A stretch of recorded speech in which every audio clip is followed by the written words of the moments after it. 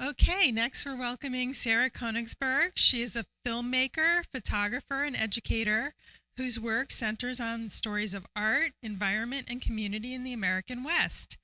A steadfast believer in the efficacy of place-based collaboration, her films and teaching illuminate the power of storytelling as a medium through which to explore complex social, science, and policy issues and find common ground.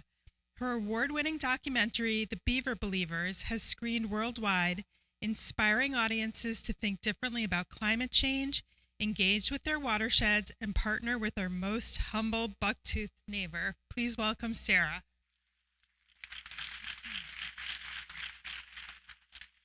All right, thanks so much.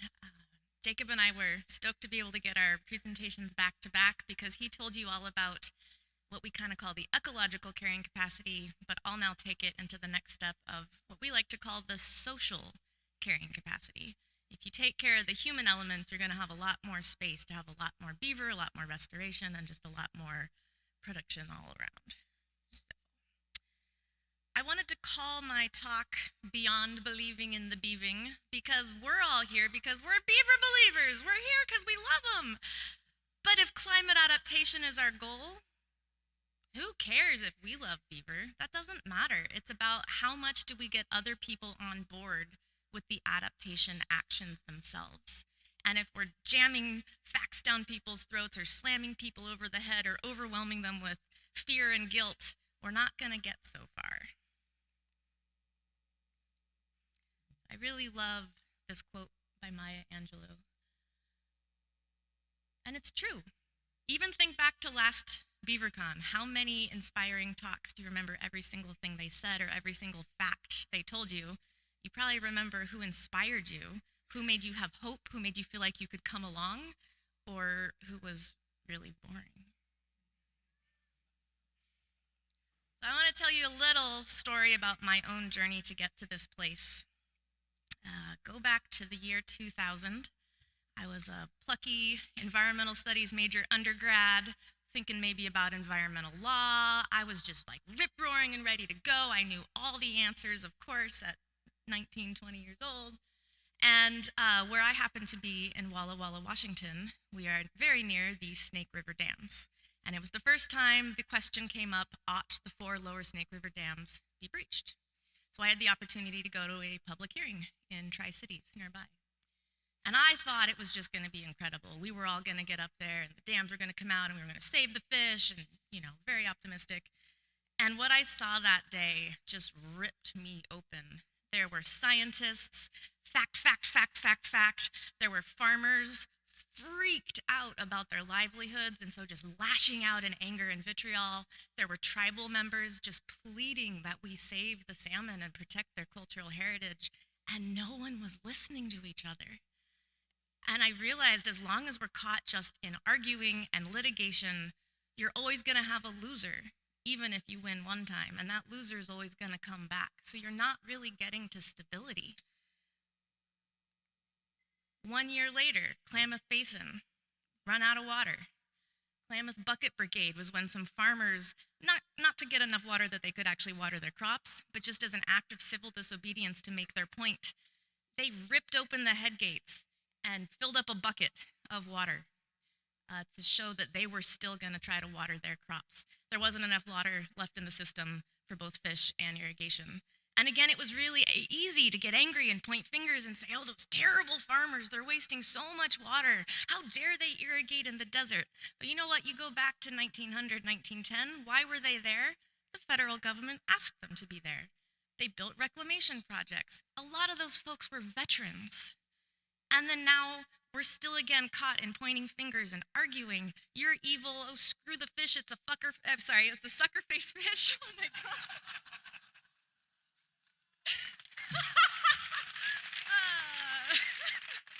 It's a sucker-faced fish. It's a garbage fish. It doesn't matter.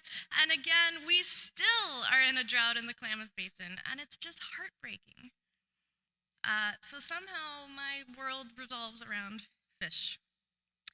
Okay, but we're rational, right? If we just give people enough information, then they'll make the right choice, right? Just they need more information. So there's this thing called the information deficit model, and it's a model of communication. Came out in the 80s, and it was prefaced on that notion that you just need to give people enough facts. Maybe you just need to give them the right fact.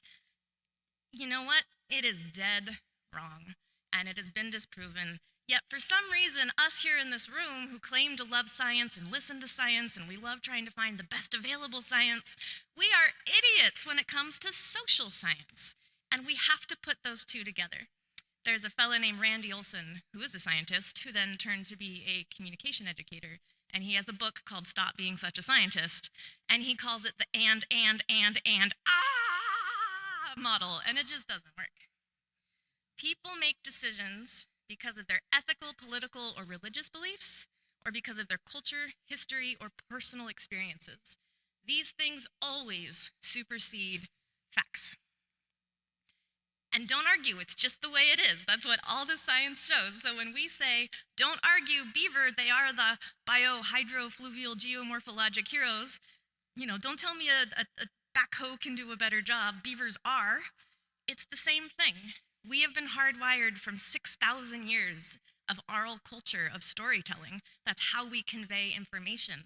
It's rooted out of our very essence of being and identity. So you could try to tell someone, oh, well, you just should think this because this fact says so, but it's not going to stick. So I'm here to talk to you about intentional communication and make a plea that we here in this room who do see beaver as our climate hero, who do see them as a very, very, very, very important species to recognize and help lift up to take over its former habitat and range, we don't have the time or the money to keep doing communication that doesn't work, to be wasting efforts on just raising awareness. Who are you raising the awareness to? What if they don't care? What are you giving them to actually do with that information? So similar to Jacob's course of action, mine is sort of similar. We're going to talk about purpose. First off, we have to look inward. What are we even trying to do? It's one thing to have a mission statement or, some sort of lofty moral ideal, but what are you trying to do? What is the outcome that would be success? And then audience. Who needs to actually change what they're doing, do something different, or stop doing something to accomplish that?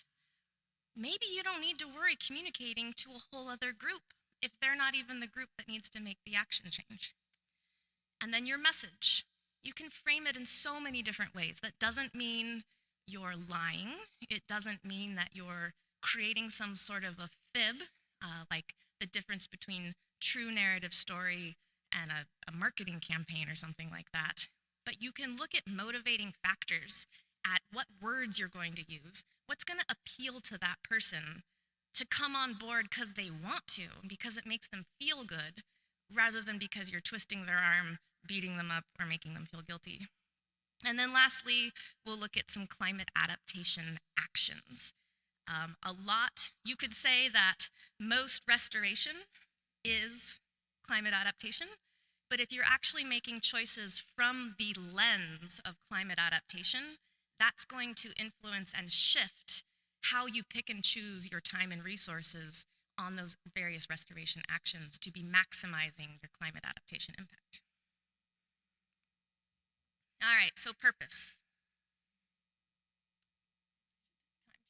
All right. There is a frame called PurposeDriven Leadership. It's coming out of BoardSource, which is a resource for nonprofit organizations. They've done a lot of publishing with the Stanford group on social science communication. But it's applicable not just to nonprofits, it's applicable to a project. It's applicable to an agency mandate. And we're most gonna be concerned with the first one, purpose before organization, or I'd even call that purpose before mission. But I'll talk through these all real quick. So purpose before organization means that, again, you're looking at the end of the day, what do you accomplish? I once was speaking with an activist, this fierce, fantastic human rights activist, and she wagged her finger at me and she said, don't you ever think that because you had an intention that was good, it left you off the hook for what was the actual outcome. Did you actually make things better? So that's where in my abstract I said, are you more concerned with being right or being effective? So you have to always jump to the end of what are you actually trying to do? What is your purpose? And so then that includes, number 2, respect for the ecosystem. And in this context, it means more the social ecosystem, but also the physical ecosystem. But so that means here, us in this room, us beaver groups, we have to look at each other. We have to coordinate our efforts. If one group is really trying to reach out to landowners and another group is pushing a trapping ban, how are those two going to interact with each other? How is one group going to maybe alienate one group while the other group tries to grab other groups and then the whole thing goes out the window? Or buying for funds, or we call it pulling in the same direction. A great colleague of ours, Jefferson Jacob, he said, we need to get all of our ants pulling in the same direction, not tugging the one Dorito back and forth. Equity mindset means that you're also paying attention to the equitable outcomes. Who has the power? Not just for, okay, great, more beaver, more restoration, but what are we doing to the entirety of making a more equitable, just future? And then authorized voice and power basically just means the folks that we're talking about and trying to help and trying to work with, they should have a seat at the table. So again, if we're talking about landowners, we need to forge those relationships and bring them on board. We're talking about folks who are currently lethally trapping because they have no choice, because they don't know any other choice, or they don't have the funds, or their farm or their culvert or their irrigation ditch is flooding. Well, we should bring them on, not tell them what they need, but let them help guide it. So I'm going to give a quick example here from this winter that just got me really, really hopeful. And it's great that we're going to have this discussion of a National Beaver Working Group. So the Animal Welfare Institute has been doing some fantastic work putting forward a nationwide cost share initiative to try to help offset the cost of conflict resolution coexistence devices. That's a lovely flow device that Jacob and I put in Tigard, Oregon. And they sent out around their proposal to get feedback, which is just great because we all came from different suites of knowledge in different communities. And it was great because we had the Meadow Beaver Project, the Montana folks, we had Mike, we had us, all of us kind of knocking in and weighing opinions. And one thing really jumped out kind of to everyone. So if you have a mission of stopping animal cruelty, or we want more of this animal, then maybe it makes sense to show that killing them is bad, it's harmful, it's cruel, it's inhumane. But here we were trying to reach out. If we look at the purpose, not each of our various mission statements, the purpose is we want more landowners to take the money and do the coexistence, and that's the purpose. And then, yeah, we get all the benefits. There's more beaver, they distribute, there's more water, there's all the habitat. But the purpose is get the money to the people, put in the stuff, get the coexistence, keep the beavers there. So if you're trying to make new friends, do you walk up to them, punch them in the face, and then say, hey, I'm here to help you? If you start with the argument, by lethally trapping, you are evil and cruel and inhumane and you're causing suffering, and then you get into all the good of your program, that's a mismatch on your target audience. And so together, we had this epiphany and we talked through it and we shifted things around and, we all still had to compromise. And in the end, I just think that we all agreed it was a much stronger initial proposal to go off for them to continue working with. So that's the kind of thing where, again, if we're trying to be talking about long-term goals, a nationwide beaver working group, if we can separate my organization's mission or my agency's mission from what is our common purpose, we can identify some of our own biases, some of our own vocabulary, and then we can go forward together and have much more fruitful outcomes. So, takeaway from that, ask, what outcome do you want? And then work backwards from there. So next is audience. People ignore information for a couple interesting reasons. Oftentimes it's because it makes them feel bad. We don't like feeling bad. We have an amazing way to wiggle around truth when it makes us feel bad. Or maybe it obligates us to do something we don't want to do. That makes sense. Or maybe it threatens your identity, your values, or your worldview.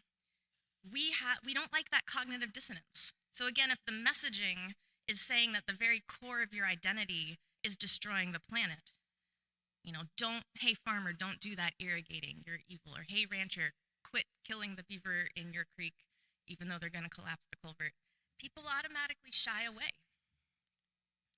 So this is another shot of that lovely golf course in Nesquin. I'm hoping to see when it's actually a golf course. Maybe in August it'll be dry to play golf on. But anyway, Jacob and I have been leading a stakeholder engagement there starting last fall, and it's probably going to be a year-long process of slowly getting to know these folks. And when we first went, we heard Biff is killing the beaver. So I got this image in my mind, like, wow, who's this guy Biff? Like, amazing name to be a beaver killer. And we go in there, and Jacob, as he said, there's, these people have a flooding issue, and these people want more restoration, and the golf course just wants to play golf, and the wildlife refuge just needs to make the habitat, and everyone recognizes more coho habitat would be great. This is in the range of the Oregon coastal coho. And then there's this guy, Roger. He's kind of just a man around town. Everyone seems to love him. He's super friendly. He's a retired doctor. So I made some assumptions, because that's what we do, and I created my picture of what his political frame must be and what his opinions on things might be. And I'd already had this whole thing drawn up on Biff, because I'm like, well, Biff, okay, he's got to be this way, this way. Well, I'm out there with Roger. He notches one of the dams because it's flooding a trail. And we're chatting, and he looks over at me and he goes, I've always thought Beaver must be Republican because no Democrat would ever work this hard. And then he trumped me for the rest of our visit. So, surprise there, I learned don't make assumptions. Meanwhile, Biff, he's our biggest advocate. It turns out he just couldn't have a flooded septic field.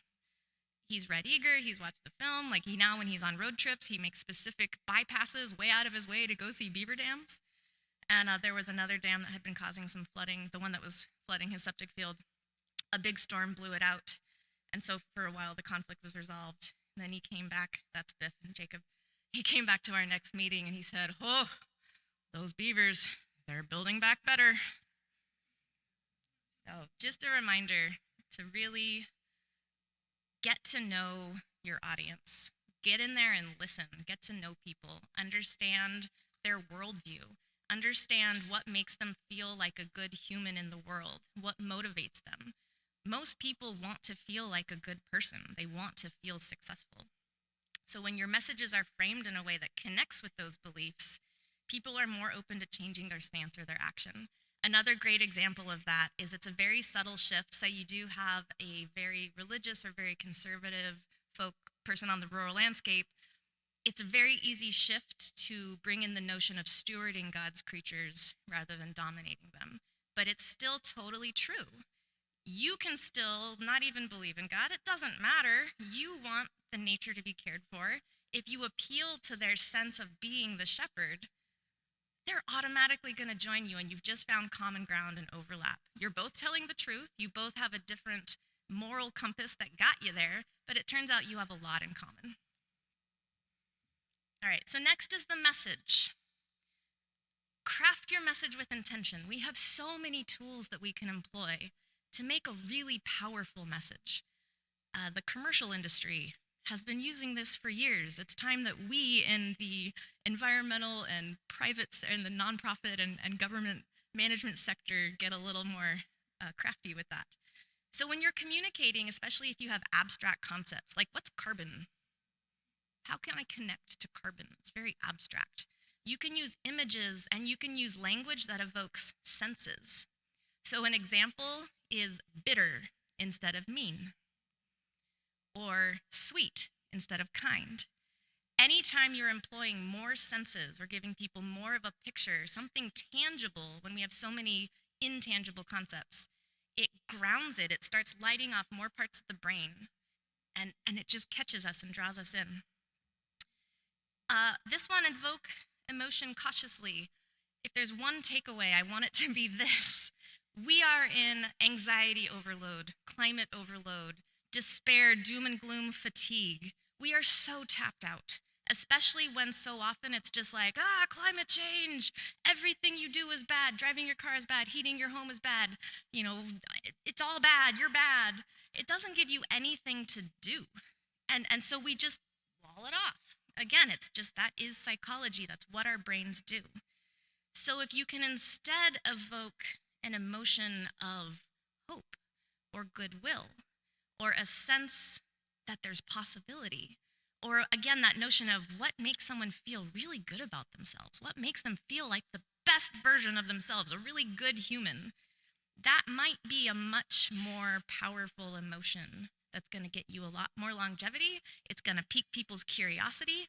They're going to come on board. And then, of course, tell better stories. I could talk about stories for an hour. A lot of you have heard me do that before, so we're not going to get too deep into the stories, but just remember, a story has a beginning, middle, and end.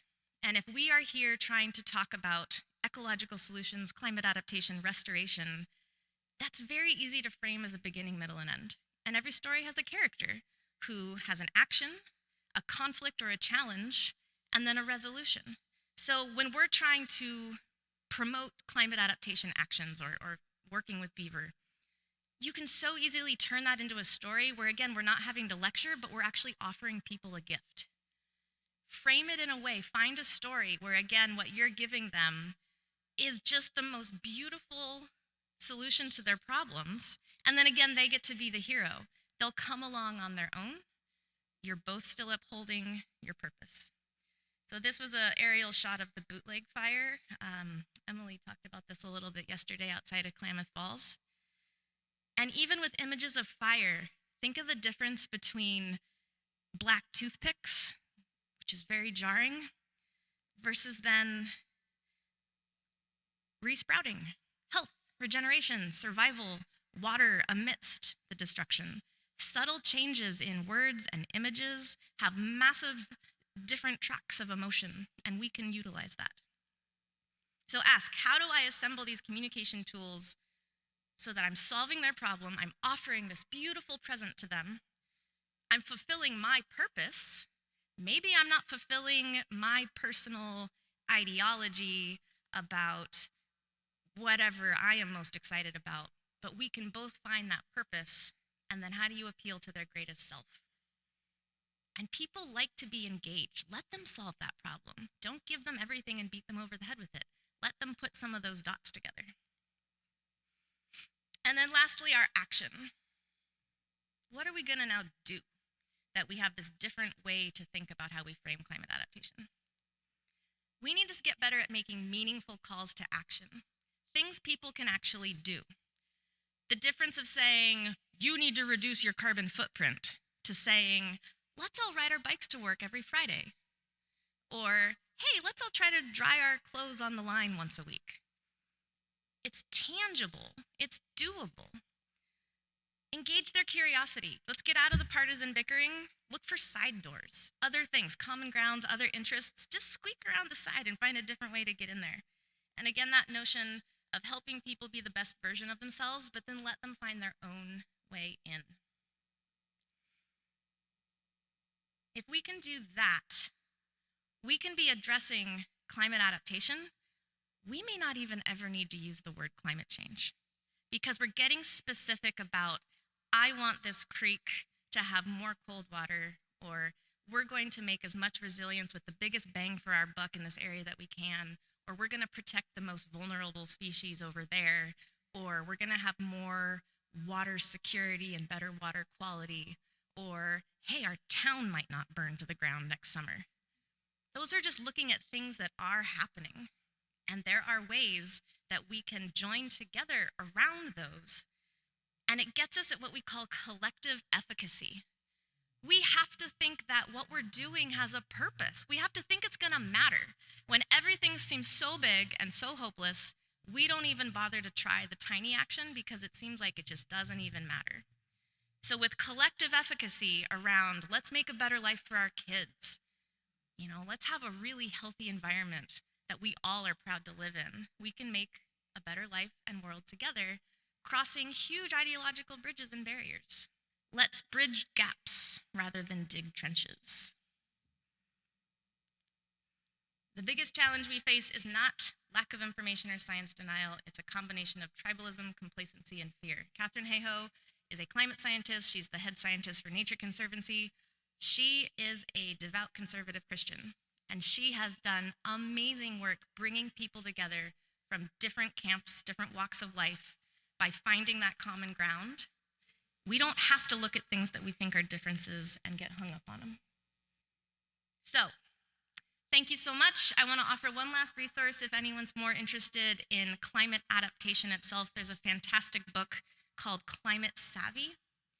It is by the two head folks at a group called EcoAdapt, Laura Hansen and Jennifer Hoffman. And it is a fantastic practical guide to how we shift our framework from restoration to climate adaptation as a whole. And you'll see lots of really practical ways that all the work that we're doing with Beaver can tuck into that framework and how you can really appeal to all of the stakeholders in your work. So thank you very much.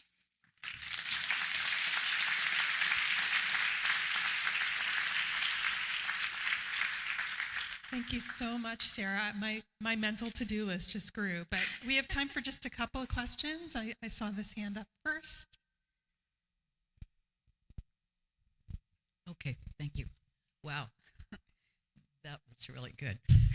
Yeah. There's a kind of idea that's been running around in my mind. When I was taking some obscure class in school, I read a book called Advertising the American Dream. And the only thing that I remember from that is that they said there was no fundamental change because it's a good idea. It's because people want it.